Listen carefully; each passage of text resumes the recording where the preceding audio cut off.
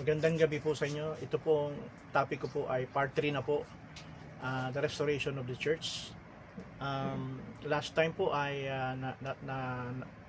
naitopic ko po yung pangyayari sa church na nagkaroon po talaga ng apostasy. Ito ay na-mention ko nung last time at binabanggit ni Apostol Pablo sa 2 Thessalonians chapter 2 verse 3. So yung sinasabi doon na falling away, yun po yung apostasy.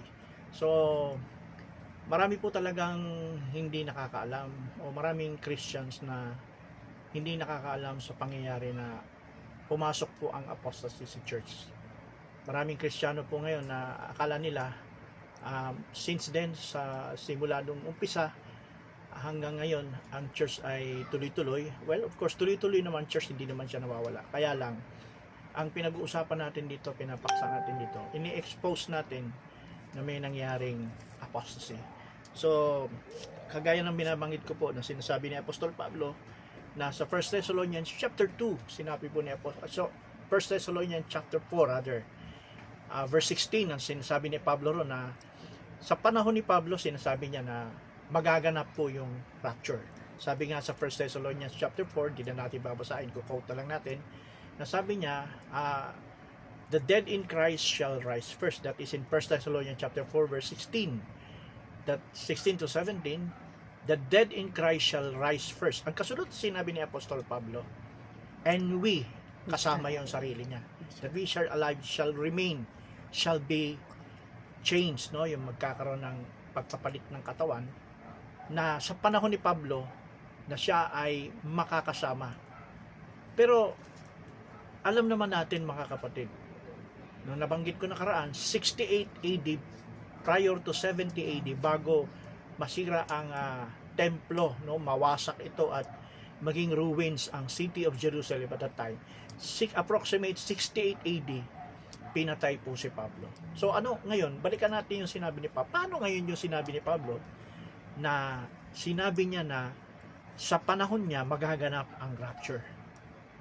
So dito may makikita na tayo na hiwaga, no?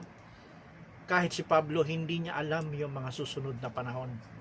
Apostle si Pablo and he was called by God as an apostle, no? Hindi ko po pinamaliit si Pablo, pero ang ibig sabihin, yung sinabi ni Apostol Pablo na magaganap sa panahon niya ang rapture, hindi po nangyari. Sabi niya, siya ay buhay na makakasama, na magpapalit ng katawan. Pag binasa natin ng 1 Thessalonians. So, ibig lang sabihin mga kapatid, may hiwagang nagaganap, tumatakbo sa panahon ng iglesia. Okay, pag sinasabi ko iglesia, no, yan po yung church. Church of the Living God. Okay. So, what will happen nung mangyari yun? Namatay si Pablo. At dito tayo sa panahon na dumating si John, na sinulat niya ang Book of Revelation, that was 96 AD. Naibigay sa kanya ang Apocalypse, the Book of Revelation. Sa anong dahilan bakit naibigay kay Juan ang Book of Revelation?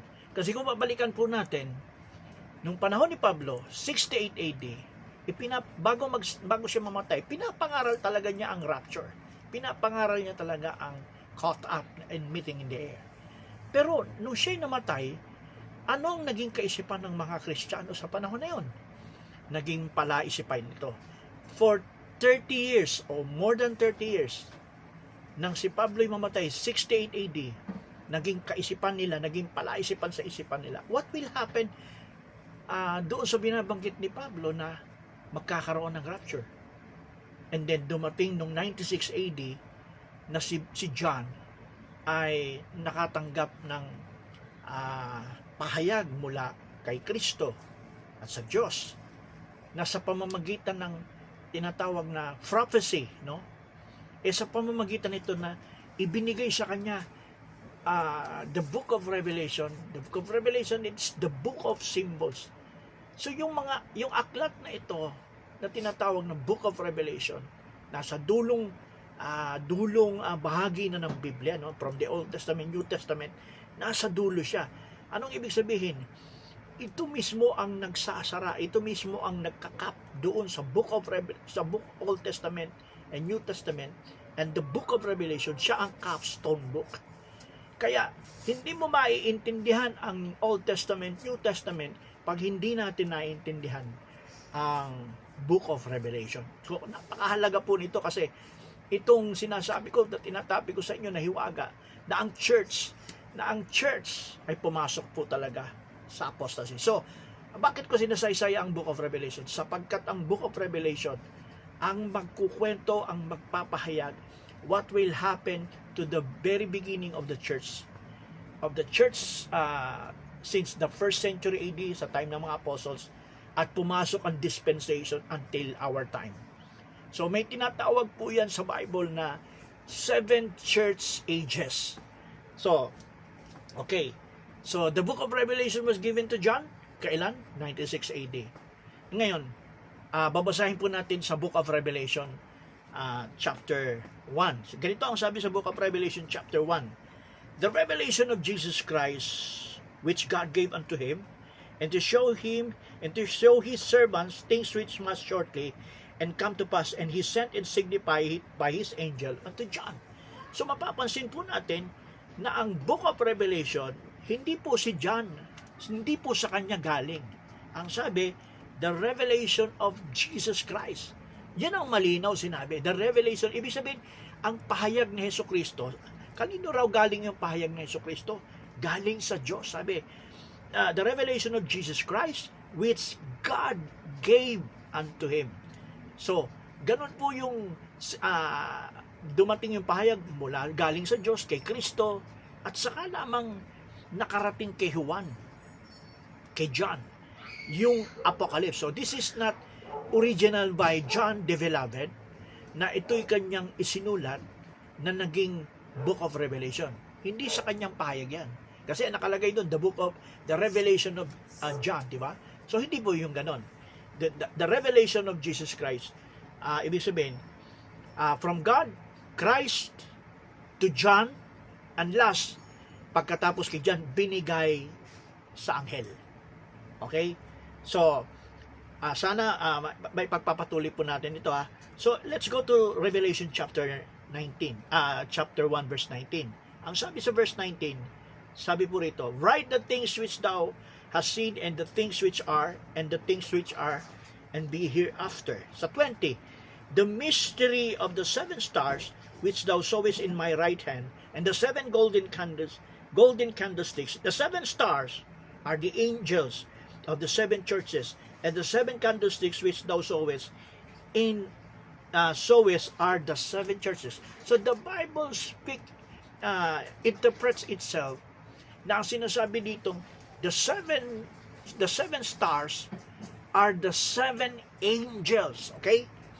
And then the 7 candlesticks is the 7 churches. So bakit ko binibigay itong Book of Revelation chapter 1, verse 1 at saka verse 19 and 20?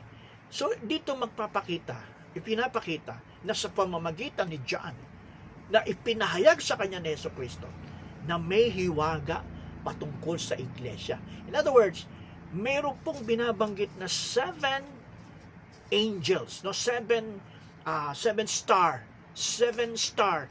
Sabi dito sa verse 20, yung mystery of the 7 stars which thou sawest, na nakita ni John. Ibig sabihin that the Bible interpret itself na ang mystery of the 7 stars are the 7 angels.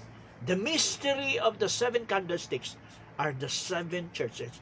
So ito po mga kapatid, ay lumalalim po tayo. So sa madaling salita mga kapatid, sa mga susunod na pagkakataon ay susunod na tayo po natin ay babalangkasin natin mga kapatid itong mystery of the 7 stars and the mystery of the 7 churches, na kung saan pumasok po ang tinatawag na apostasy at dumarating po ang restoration of the church.